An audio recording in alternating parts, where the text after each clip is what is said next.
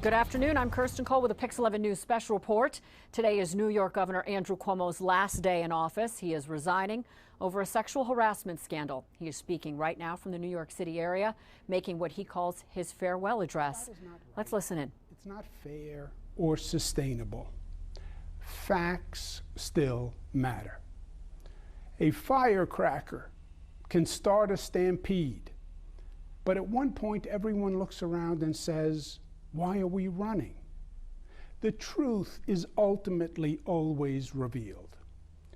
The Attorney General's report was designed to be a political firecracker on an explosive topic, and it worked. There was a political and media stampede. But the truth will out in time. Of that, I am confident. Now, there are moments in life that test our character, that ask us, are we the person we believe we are? Or are we the person we try to be at our best? You know me, I am a fighter. And my instinct is to fight this because it is unfair and unjust in my mind. But you also know that I love New York, and I serve you. That is the oath that I took.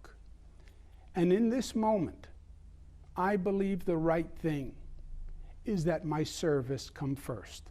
Prolonging this situation could only cause governmental paralysis, and that is just not an option for you and not an option for the state, especially now. There is real work to be done, and it will require government to function at the highest level. What we do now is more important than what we have done as a society in generations.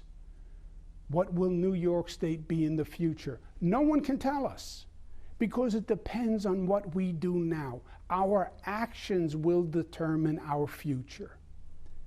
We must keep people and businesses thriving in this state. Crime must be controlled, and we have to be smart about it. No governor in the nation has passed more progressive measures than I have. But I disagree with some people in my own party who called to defund the police. I believe it is misguided. I believe it is dangerous. Gun violence and crime are savaging inner cities. Look at New York City. The majority of victims are poor, black, and brown. Reforming police must be the goal. Ending discrimination by the police, ending the unnecessary use of force, and then building back trust and respect between the police and the community they serve. That's the real answer. And that is easier said than done. But it's also the truth and the right way forward. Our state's economic competitiveness is vital. Demonizing business is against our collective self-interest. Taking actions that cause businesses to flee the state, taking jobs with them, only weakens our tax base and our ability to do good things for people. We can address income inequality without ending incomes. Taxes can be reduced right away if Washington does what they promised New Yorkers they would do and repeal the so-called SALT tax. That would lower New York's taxes $15 billion per year.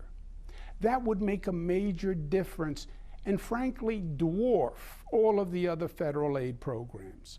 It should have been done 8 months ago. We're going to have to fight to make it happen, but we must wage that fight. Let's remember what made New York State the Empire State in the first place. New York's historic success was not a process of evolution. It didn't just happen. We weren't born this way. We were born of vision and daring and competence. We built the canals, the roads, the bridges, an education system, and the economy that made us the greatest state in the nation. Somewhere along the way, government lost its competence. And then people lost confidence in government. But today is a different day. We have reason to believe in New York's future based on what we have accomplished together. We've shown potential. We've shown that the New York spirit that reached for the skies, that refused to accept defeat, that challenged possibility, that said no to the status quo, that took on the bureaucracy, that still exists.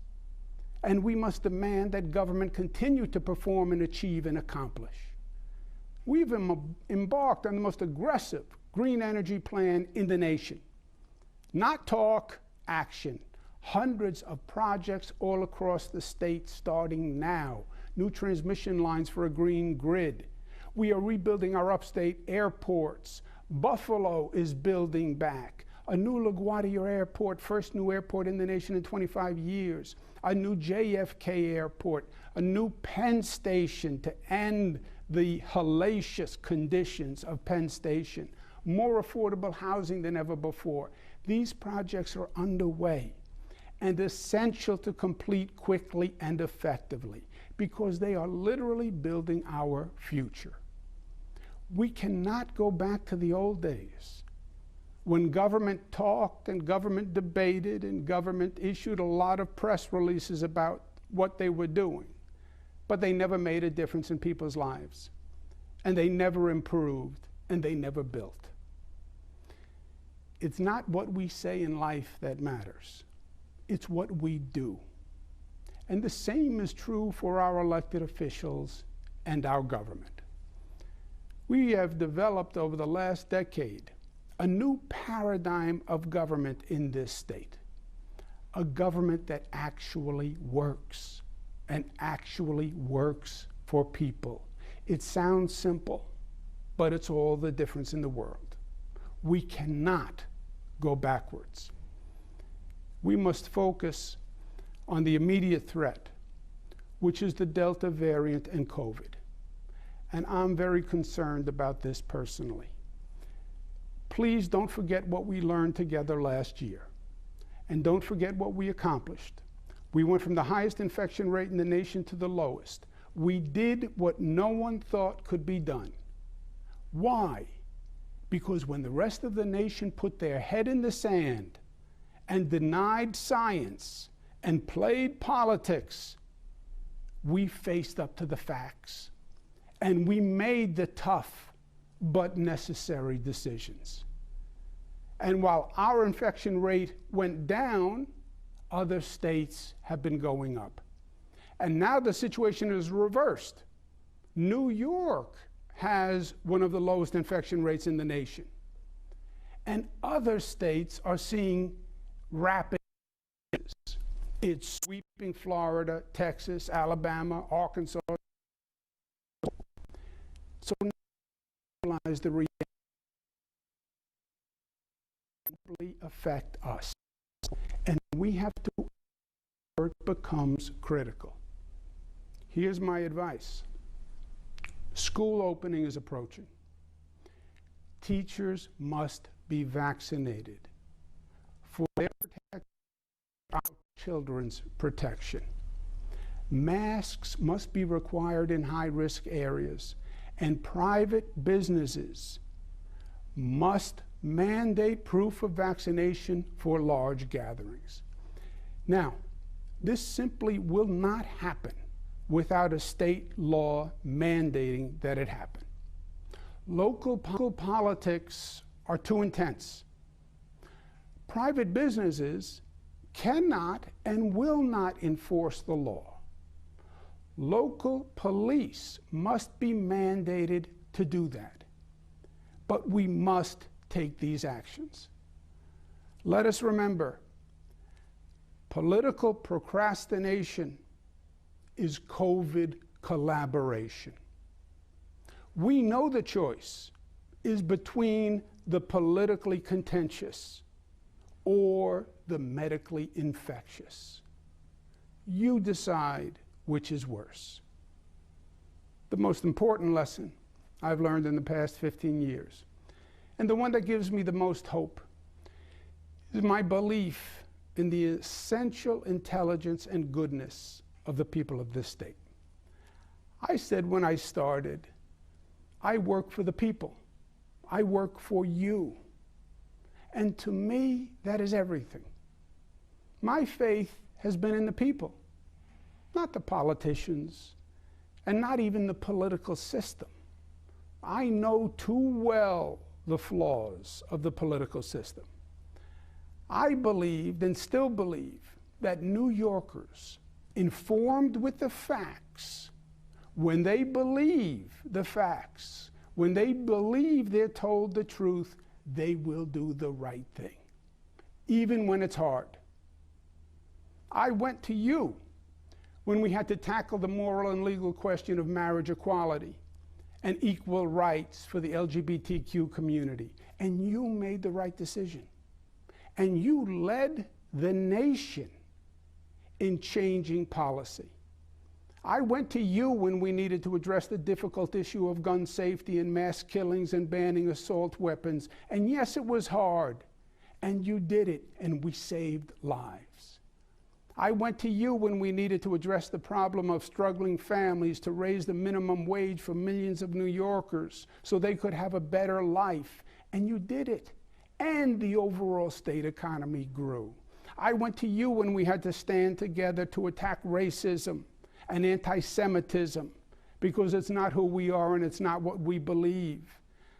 I went to you when we needed to stand strong against the COVID beast. I went to you to wear a mask and stay home and take a test and get the vaccine, and you did. Every time, without fail, the people of New York have done the right thing. They have chosen inclusion over exclusion, hope over fear, and love over hate. It's not easy, but it's possible. And I know it's true because you proved it. You are the you in unity, and New York chooses unity over division every time. I believe that for New York, the best is yet to be, because I believe you will make it so. In sum, we didn't get everything done that we wanted to, or even everything we should have done. And we didn't always get it quite right. But I want you to know, from the bottom of my heart, that every day I worked my hardest. I gave it my all. And I tried my best to deliver for you. And that is the God's honest truth. I want to thank my team, the best ever assembled, because they are the most accomplished ever assembled. I want to thank my family for their sacrifice and help in serving you. For the Cuomos, public service is a family affair.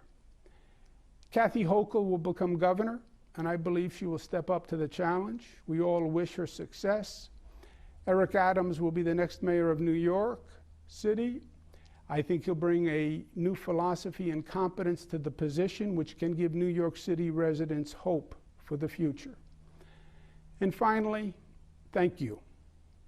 Thank you for the honor of serving as governor of New York. Thank you for allowing me to represent you. Thank you for empowering me to fight for you. Thank you for trusting me through COVID. Thank you for making New York State the progressive capital of the nation. Thank you for vindicating E.B. White's words, often quoted by my father, God rest his soul, when he said, quote, "New York is to the nation what the white church spire is to the village, the visible symbol of aspiration and faith, the white plume saying the way is up." Thank you for the honor of serving you. And never forget, always stay New York tough, smart, united, disciplined, and loving. It's the essence of what makes New Yorkers so special. God bless you.